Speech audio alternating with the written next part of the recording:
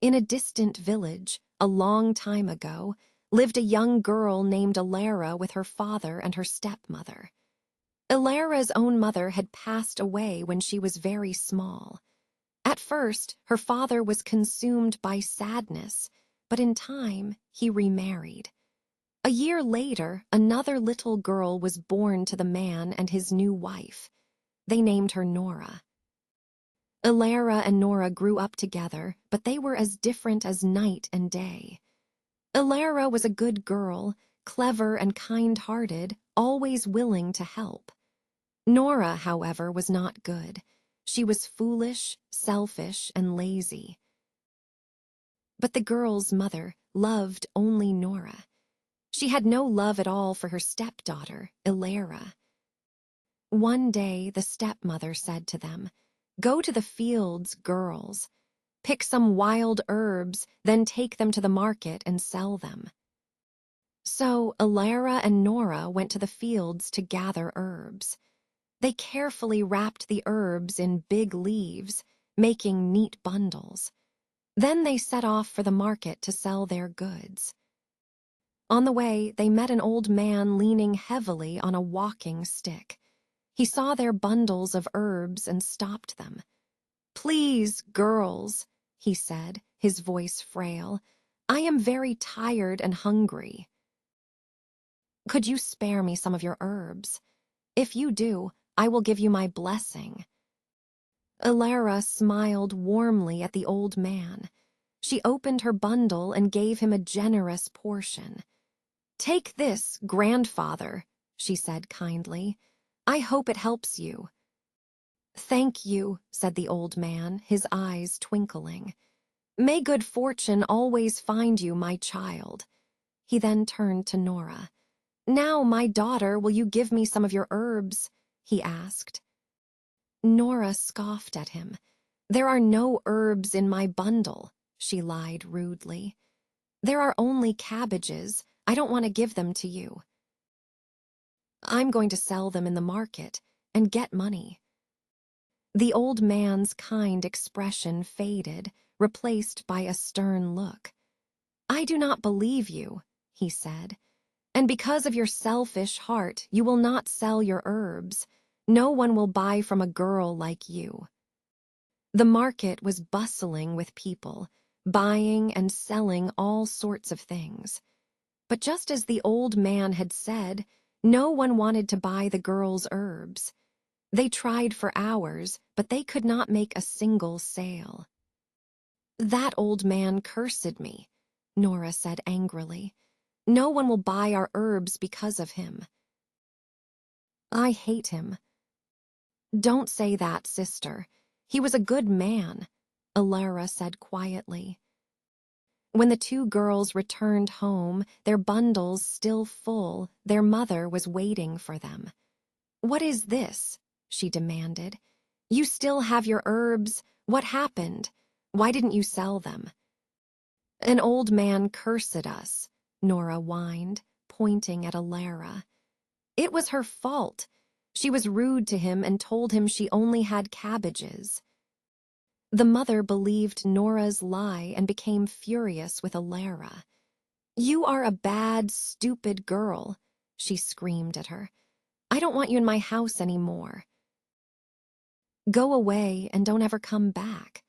She tied a rough rope around Elara's waist and pushed her out into the street. Poor Elara was now all alone, cast out from her family's home. She was heartbroken. "What can I do?"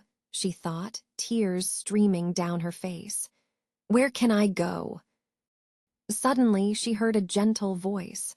"What's wrong?" someone was saying. "Can I help you?" She looked up and saw the same old man from the road, his face full of kindness. "My stepmother has sent me away," Elara sobbed, "because I didn't sell my herbs. She doesn't love me. She tied me with this rope and threw me out. I can never go home again." "My poor child," said the old man. "Come to my house, I will look after you." Elara looked at the old man and saw the goodness in his eyes. He untied the rope, and she went with him to his small, humble house. She helped him with his chores, cooking his food and cleaning his home. She served him his meals on a beautiful, clean dish and was happy to have a place to belong. One night, the old man said to Elara, "Tonight, my daughter, you must watch the house. First, black water will flow into it. When you see it, do nothing. Do not wake me. But after the black water, golden water will come. When the golden water arrives, you must wake me." The old man went to sleep, but Elara sat and watched. Soon, a dark, murky black water began to seep across the floor. Elara remembered the old man's words and did nothing. After a while, the black water receded, and a shimmering, golden water began to flow across the floor, lighting up the room. Elara immediately went and woke the old man. "Grandfather, wake up," she said. "The golden water is here." The old man picked Elara up and gently placed her in the magical golden water. Then he went outside and looked up into the night sky. "Wind, wind," he called out, "pick up this girl and take her to her father's house." At once, a strong but gentle wind began to blow. It lifted Elara into the air and carried her all the way to her father's house, setting her down softly on the roof. Elara's mouth was full of the golden water. She spat it out, and it fell into the courtyard below. But it was not water anymore. It had turned into pure, yellow gold.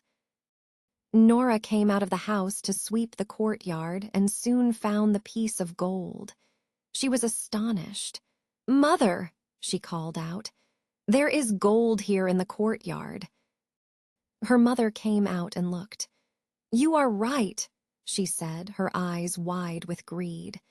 "This is wonderful. Pick it up, my darling, and put it in a jar. We will keep it safe."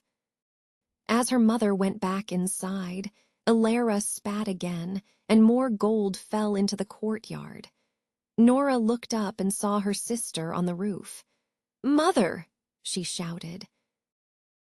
Elara is on the roof of the house. Her mother was angry and did not come outside again. "Don't talk to me about that girl," she snapped. "How can she be on the roof? She ran away, and I'm sure the wild animals have eaten her by now." But Nora was still looking up at her sister. "Where did this gold come from, Elara?" she asked. "I spat it out of my mouth," Elara replied. "I don't believe you," Nora said. Elara spat more gold out of her mouth. "Oh," said Nora, "it's true. How did you do it? How did you turn your spit into gold?" "Come down here, my darling sister. I will get you some nice things to eat. Come and tell me everything. Perhaps I can learn to spit gold, too. Oh, I am so happy to see you again." But Elara knew Nora was not happy to see her. She only wanted gold. Elara decided to punish her selfish sister. "I met an old man," she began, "and I went to his house. I cooked his food and put it on the floor for him." "What?" said Nora. "Didn't you give him his food on a nice dish?" "He likes to eat from the floor," Elara lied. "What happened next?" Nora pressed. "Go on, my dear Elara, tell me more." "At night, black water came into the house," Elara continued. "When it came, I woke him up at once. He threw me into the water, and after that I began to spit gold. Now, Nora, you promised me some nice food. Where is it?"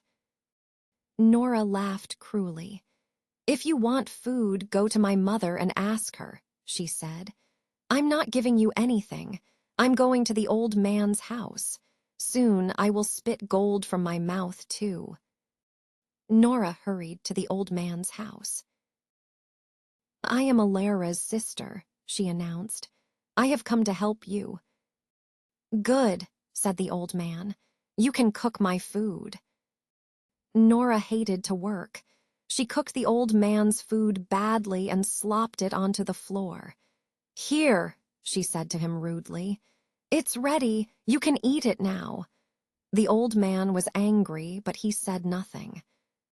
When night fell, the old man went to sleep, but Nora sat and waited. "That stupid Elara is rich," she thought, "and I will be rich too." Soon, black water began to creep into the house. Nora immediately ran to the old man and shook him awake. "Wake up, old man," she yelled. "There is water in the house." The old man woke up. "You foolish, lazy girl," he said. He picked Nora up and threw her into the murky black water. Then he went outside. "Wind, wind," he called. "Pick this girl up and take her to her father's house." A harsh wind began to blow. It snatched Nora up and carried her to her mother's kitchen, dropping her in a dark corner under the stove. The mother heard the noise. "There's a cat in my kitchen," she said. "Shoo, cat, go away." Nora began to cry. "Mother, it's not a cat. It's your daughter, Nora," she wailed. Her mother pulled her out from under the stove and gasped. "Nora, what has happened to you?" she cried. "You are ugly. You were a pretty girl, but now you are ugly all over." "Elara did this to me," Nora lied. "She used magic on me and made me ugly." "Your sister is a wicked, wicked girl," her mother said. "Don't worry, my darling, I will punish her." Nora was miserable. She hid in her mother's house. "No one will marry me now," she thought. "I am ugly." While Nora had become uglier than before, Elara had grown even more beautiful.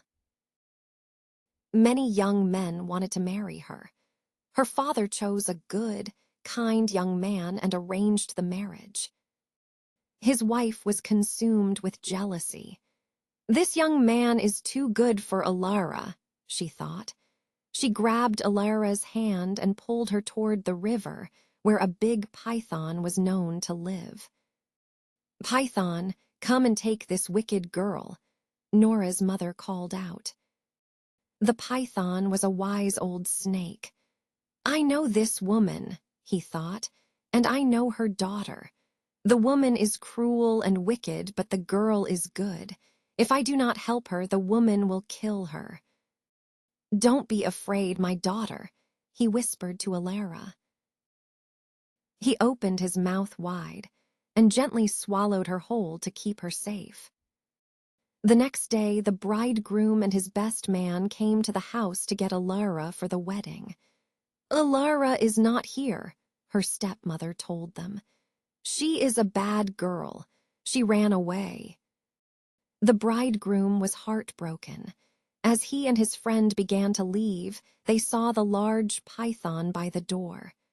"Do not be sad, my young friend," the python said to the bridegroom. "I can give you a wife. She is a very beautiful girl and wise and clever, too. Do you want her?" "Yes," said the bridegroom. "Let me see this beautiful girl, and I will marry her." So the python opened his mouth, and out came Elara, safe and unharmed. The bridegroom was overjoyed when he saw her. He married Elara, and they lived happily together. But he and the best man seized Nora. As a punishment for her cruelty and her lies, they cut out her tongue. They put her in the kitchen to grind hot peppers for the rest of her days. "You were cruel to your sister," they said to her. "You told lies about her. Now you must learn your lesson. If you do bad things to people, bad things will happen to you." A long time ago, the hyena lived in the sky. Every night she would open her mouth and sing. She sang very loudly, and everyone on the earth below could hear her song. The donkey heard the hyena, too. "Who is singing like that?" she wondered. What a beautiful voice. I want to meet her. I want to be her friend. So the donkey prayed to God. Please, she prayed, please bring the animal with the beautiful voice down to earth.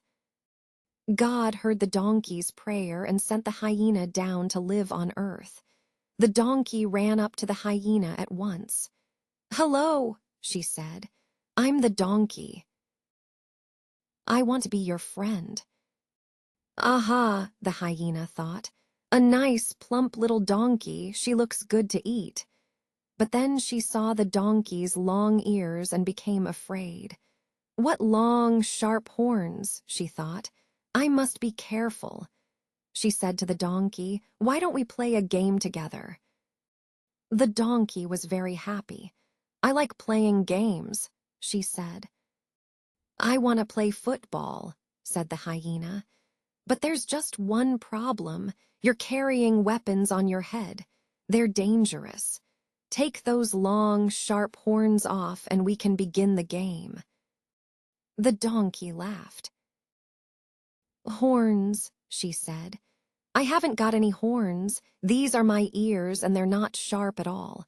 They're quite soft. Come here and feel them. The hyena came close to the donkey and in a flash bit off both her ears. Stop! Stop! What are you doing? Cried the donkey. I want to eat you, you stupid animal, the hyena sneered. I'm a hyena. Hyenas eat donkeys. I can't be your friend. Now come here and let me eat your tail, too. But the donkey ran away into the forest. She was very unhappy and very afraid. She didn't want to come out of the forest because she knew the hyena was waiting for her. Evening came and the donkey became thirsty. I must drink, she thought, or I will die. Very quietly, she crept to the river. She bent her head and began to drink. Then she heard the hyena's angry voice. Hey, you donkey! The donkey looked up. Why are you drinking from my river? The hyena snarled. You're making the water dirty with your feet. But you're upstream from me, answered the donkey. The water is flowing from you to me. It's clean where I am. No, it isn't, said the hyena. You're making it dirty up here, too. That's impossible, the donkey said. What do you mean, impossible? Growled the hyena. Are you trying to start a fight with me? Then the donkey understood. I know you want to eat me, she said sadly to the hyena. I understand that now, but please don't try to make up foolish excuses. So the hyena leaped up and began to chase the donkey again. You were foolish, my little fat friend, she called. I was your enemy, but you showed me your weakness. The bull and his calf, the ostrich, and the lion were all friends. They lived in one house and were happy together. The ostrich owned a cow, and the lion owned a bull. Every day, they would go out together with the cow and the bull to look after them. One day, the lion said to the ostrich, I don't want to go out today. Please, can you take the bull and the cow and go alone? Tomorrow, I'll take them out and you can stay at home. The ostrich agreed. At the end of the second day, the lion said, This is a good idea. Let's take turns every day. One day you'll stay home, and the next day I will. They lived happily in this way for a long time. Then one day the lion noticed something. The cow is getting fat, he thought. She's going to have a calf. He was angry. It's not fair, he said to himself. My bull can't have a calf. Now the ostrich will have 2 animals, but I'll only have 1. Day after day, he watched the cow carefully. One morning, he said to himself, the calf will be born today. So he said to the ostrich, You look tired, ostrich. It's your turn to go out with the animals today, but let me go instead. You can stay home and rest." The ostrich was very pleased. "Oh, how kind you are, dear lion," he said. "Yes, I am a little tired today. Thank you very much. I'll stay home and rest." So the lion went out with the bull and the cow. In the afternoon, the cow's calf was born. When evening came, the lion began to walk home with his bull, the cow, and the new calf. On the way, he found a nice new grindstone. "That's lucky," he thought, and he picked it up. The ostrich was waiting for him. "Oh," he said, "how wonderful, my cow has given birth to a calf." "No, dear friend," the lion said slyly. "My bull gave birth to this calf. Your cow gave birth to a grindstone. Look, here it is." And he gave the heavy grindstone to the ostrich. The ostrich was furious. "That's impossible," he squawked. "A bull can't give birth to a calf. Only a cow can do that. I don't want this grindstone. I want my calf. Give it to me." They argued for a long time. At last, the lion said, "We'll never agree. Let's call all the animals together. We'll ask them to decide. Let them choose who is right." So the lion called all the animals together. "Listen," he announced. "Something wonderful happened today. My bull gave birth to a calf." "It's not true," shouted the ostrich. "The calf is mine. My cow gave birth to it." The animals looked at the lion and they looked at the ostrich. The lion was big and strong, with long, sharp teeth. They were all frightened of him, but they weren't frightened of the ostrich. "The lion's right," they all said. "The calf belongs to him," and they began to go home. "Stop, wait," the ostrich cried.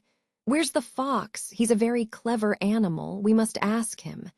He ran away and found the fox. The fox listened to the ostrich's story. "I won't come to the meeting," he said. "I don't want to fight the lion, but I'll run past. Call out to me. I'll help you, don't worry." So the ostrich went back to the other animals. "Wait," he said. "The fox is coming. He's in a hurry. Look, there he is." "Fox, fox, please stop and listen," the ostrich called. "Does the calf belong to the lion or does it belong to me?" "I'm sorry," the fox called back without stopping. "I can't stop. I'm going to see my father. He needs me." "He's giving birth to a baby fox. I must go and help him." All the animals began to laugh. "That's impossible," the lion roared.